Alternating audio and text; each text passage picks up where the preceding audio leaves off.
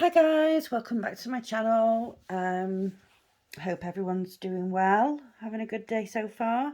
Okay, so this is a new start. This is one of the kits that I got for review with Onedaysaving. Absolutely stunningly beautiful kit with beautiful colours in it. I really can't wait to do this one. So it is a 45 by 45, this one, 11 count. And we're going to be starting in here. And we are going to be using colour number 554, which is, if I can pick up my needle, a really lovely purple, pinky purple, really nice. Just going to crunch this down a little bit, this canvas, otherwise it's going to be really hard to stitch on. Just a second guys, if anybody wants to know how I do it, this is how I do it. I literally just scrunch it up. It's not going to damage it in any way. The only way it's going to get damaged is with scissors or a drink of some description or liquids. You know, doing this is not going to damage it. It is going to crease it, like so, but it's made it a lot easier to work with now. Kind of doing that kind of releases the fibres, so to speak. So it, yeah, it makes it easier to work with. So here we go, folks. So how is everyone? I hope everyone's doing well. Hope everyone's having a great day, great weekend. Does anybody have any plans? I myself do not have plans for the weekend, apart from stitching, which is nothing new at all for me. Love stitching. I stitch as much as I can every single day. Absolutely love stitching. Oops. I also don't love getting knots in my thread. So, yeah. Yeah, as I was saying at the beginning, sorry, I'm just trying to, because it split through the Ada there we go. As I was saying at the beginning of this video, this kit I got from Onedaysaving. And it was part of the review that I did for them. So if you haven't already watched that, then just have a quick look back through my videos and you will find it there, where I unbagged a couple of kits and reviewed the store, reviewed the kits. So yeah, but this, I fell in love with the colours in this one. It's just absolutely stunning, the colours. Let's grab that little one there. See, where I have these single ones, I don't mind travelling for them because it keeps the stitch stable, as I've said before.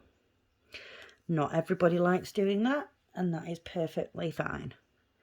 But I will. Because, you know, stopping and starting for a single stitch, it's not very good. You know, the stitch tends to work out quite loose. And it can look quite messy. So, you know, if I'm working nearby and there's a single stitch, I will sort of travel over to get that single stitch, because I don't want to, you know, stop and start just for one stitch. So, yeah. But this canvas, now that I have just sort of crunched it up, has made it much more manageable to hold. It is not as stiff. It feels a lot more like, you know, a lighter fabric now. As the canvases, when, you know, I think it's due to the inking process, and you know, I think there may be starch or something added, but they are very stiff, the majority of them, when they come, which is fine, because it means that whilst they're in transit, chances are you know, the canvas is going to stay perfectly straight. You know, it's not going to get creased because of, you know, how stiff it is to begin with, because of the inking or the starch or whatever it is. So yeah, it's not a bad thing. But obviously when it comes to work on these canvases, sometimes they are that stiff that you literally can't, you know, you can't grip it. And it certainly wouldn't fit in a hoop or anything whilst it's that stiff. Once you've worked with these canvases a little bit, they do get softer, more manageable, you know, so then they would fit in a hoop or a Q-snap or something of that description, you know, a scroll frame. I mean, to be honest, even while it's stiff, I think it would go in a scroll frame, okay. A hoop, definitely not. Not too sure about a Q-snap. I used to use a hoop all of the time. I literally couldn't stitch in hand. It just felt wrong. My stitches looked awful. I just couldn't get to grips with it at all. So yeah, I used to use a hoop all of the time, but then it got to the these ones, you know, the pre-stamped full coverage, and it was a big struggle, obviously, to get to the corners whilst it was in a hoop. So I took it out and I started stitching in hand, and then for a little while I switched between the hoop and stitching in hand, and now I haven't used a hoop for quite a while. I just stitch in hand. It's easier to control, you know, what you're doing, where you're going, where your needle is, I find. You can do the sewing method while stitching in hand, so it can make your stitches more uniform than they would be usually. I used to be an up and down stitcher, but since discovering another stitcher that does the sewing method, I kind of taught myself how to do that. I watched her videos a couple of times and I was like, she's doing it really quick, why can't I do it like that? So, you know, I just practiced until I got it. And it does cut a lot of time out, because obviously instead of going, you know, down, pull it through, up, pull it through, down, pull it through, up, pull it through, to create a cross if you do the sort of up and down stitching. With this one, with the sewing method, you are basically just, you know, like I'm coming down here and up here, push it through, pull it through, and then I will keep going across in the same fashion to create the first leg of these crosses, like this. And then I will do the same coming back to create the second leg of the crosses.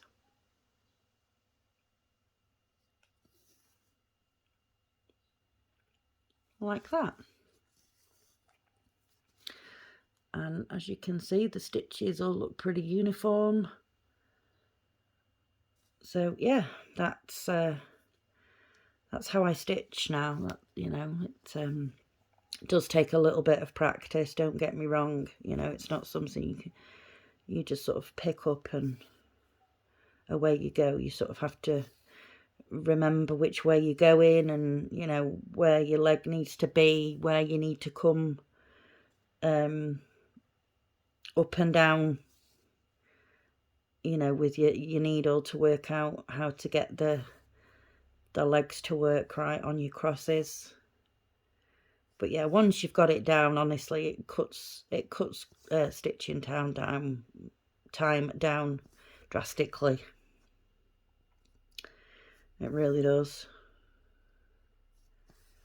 And with a little bit of practice, once you've got that down, then you work on, you know, making your stitches look sort of uniform and neat. The main thing with the sewing method is to keep your tension, you know, pretty much the same all the time if possible. Then you're not going to get loose stitches. And to always make sure that you are going through the actual holes and you're not splitting the Aida, because then that's when you get stitches looking bigger or smaller than the others, and it starts looking a bit messy. So yeah, always make sure that you're going through the hole created for the stitch and not splitting the Aida to create another hole. I still do that, you know, and I'll be working along and I'll be like, oh God, I've done that, but I'm not going to go back and undo everything just for that one little bit. I will usually try and find the hole underneath somehow when I come to work over it again, and I'll sort of tidy it up a little bit, make it work. But yeah, this thread is lovely to work with, very soft. You were getting good coverage with it. These sort of generic, no brand, no name kits, I think actually are my favourite, because, you know, you get the little toolkit with them. You know, you get a very clear, nice printed canvas. They're all serged all the way around, so you don't get any of the fraying going on when you're working with it. Plus it makes it softer on the hands. Yeah, you know, it's I like these kits a lot. I really do. There is a brand out there that I don't like. I'm not going to mention any names. I'm not going to name them and slate them. But yeah, their kits are a bit hit and miss. Yeah, I'm not too impressed with them. So I will, if I can, avoid their kits. Oh. But yeah, in all honesty, my favourites are these kits with no name. I love them. They're brilliant.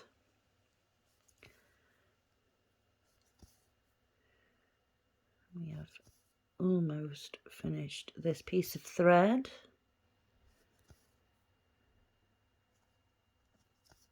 Oh, had a little bit of a knot there.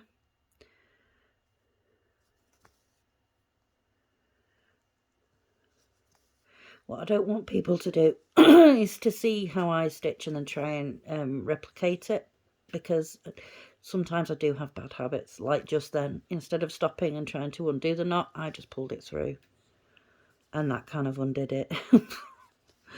You know, don't learn bad habits from me.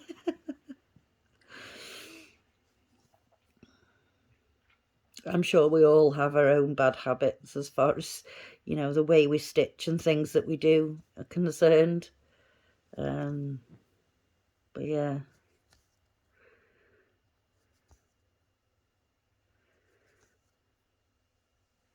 I tend to do that as well if it's sort of late at night and it's like, you know, I'm upstairs in my bedroom and I've got a light on, but it's not as bright as daytime. I'm gonna do this stitch here. I know I'm not gonna have enough thread to get all the way across, but just wanted to get that little stitch there. Okay. Yeah, so if it's night time and I'm upstairs in the bedroom stitching and I get a knot, I will just try and pull it through, because I'm not sitting there at God knows whatever time it is trying to unpick a knot. If it's possible to just pull it through, I'm pulling it through. And I'm naughty, I shouldn't do that. And I didn't cut that little piece off there. That's another thing. Always try and remember when you've finished off. Let me get into frame here. Like I've just cut that from there. Always try and remember to cut these little pieces off. Don't leave them hanging around the back of your work, because when you come to carry on stitching, or you stitch in that area again, and there's a good chance that you're gonna work that end back up through the canvas, and then you're gonna have to try and pull it back down, and it's just a pain. So always try and remember to cut those little pieces of thread off, once you've obviously worked it through the back to secure it. Don't ever just sort of decide, oh, that's it, I'm done, and then cut it off, because the stitches will work loose. You need to secure it at the back first before you cut it off. Oh, so yeah, this has turned into a bit of a how-to video, hasn't it? I didn't exactly know where I was going to go with this, but obviously it's turned into a bit of a how-to. Like I've said in previous videos, I'm not an expert.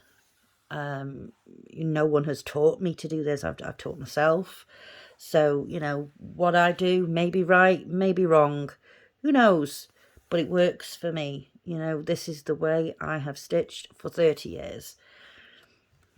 Oh, and I will, sorry, continue to stitch this way for however long I'm going to be stitching for.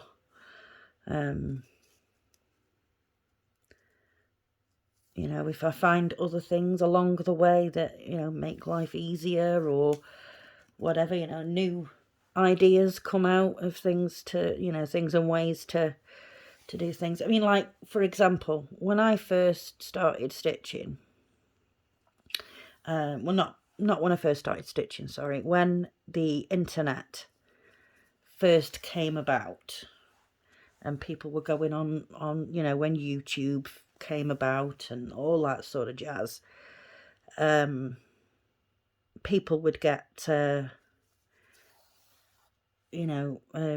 ideas and things from that. But one thing that I wasn't aware of anyway existing before that, when I first started stitching, was the parking thing, where you park threads. I've tried that. I can't get my head around it. It just does not work for me. So it's not something that I will do. Even if I'm going to do a massive full coverage counted piece, I will not be parking my threads, because I can't. It just, for some reason, it just does not compute in my brain.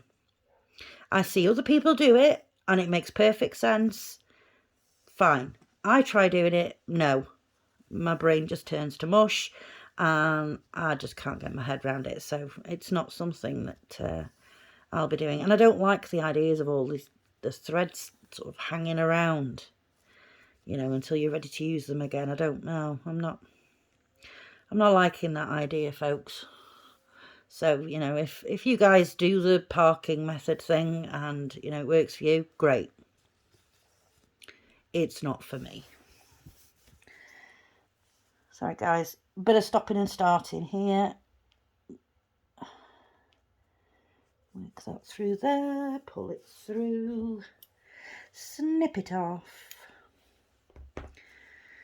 And we're ready to start again somewhere else.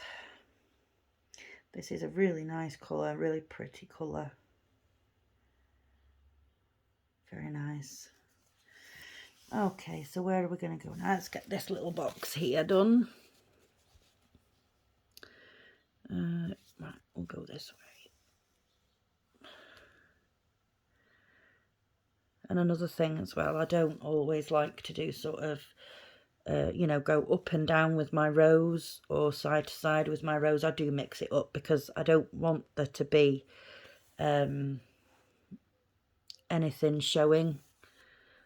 You know, that I don't want it to look uniform in that way. You know, sometimes when you stitch like that, you get like a ridge that shows, and I don't like that. So I will sort of mix up whether I, you know, do my rows up and down or whether I do them side to side.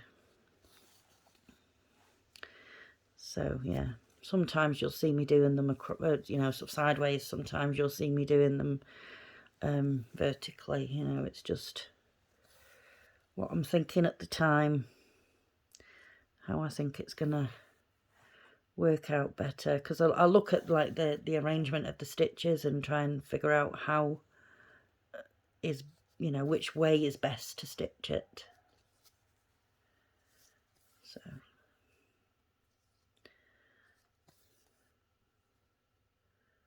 but that's just me.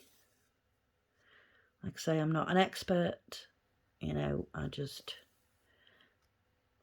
like to help, and you know, if I explain the way that I do things and it helps somebody, then great. You know, that's my aim, you know, because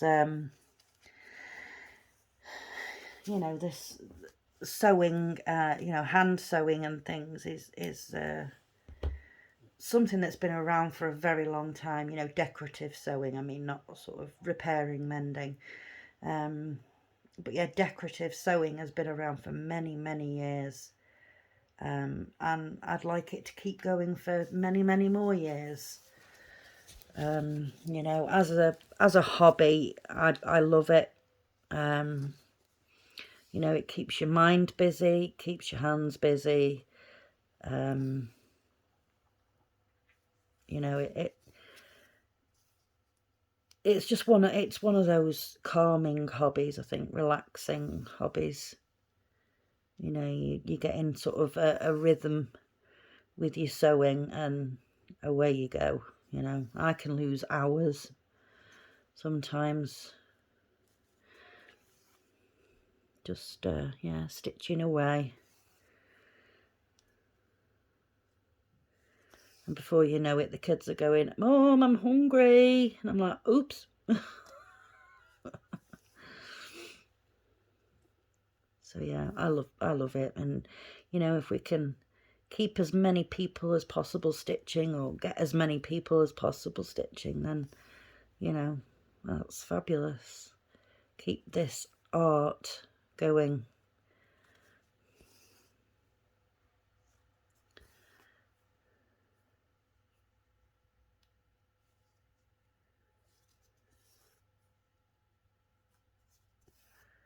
Ooh, pull that through. See, there was another little knot and I just pulled it through. Oh dear. Naughty. Shouldn't be teaching people bad habits. I apologise.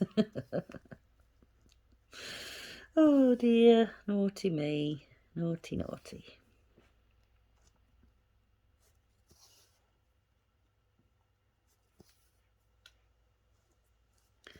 Well, guys, I think that is going to be it for today. This is what we have done here. You know, a couple of little stitches down here, but the main body of it is up here. And now we're making our way into the other big bit. So there we go. So I hope you enjoyed this video, folks. If you did enjoy it, then please give me a like. If you haven't already subscribed, please consider subscribing. Just 1 second. Just trying to make sure that everything gets packed away and, you know, nobody gets mixed up with anybody else. So yeah, if you haven't already subscribed, please consider subscribing. And if you can think of anybody else that might enjoy my videos, then please give me a share. You know, the more the merrier. So yeah, thank you very much, Onedaysaving, for asking me to do the review for you, which I have done. is on my page. And this was a new start of one of those kits. Absolutely beautiful, fabulous. So thank you very much, Onedaysaving.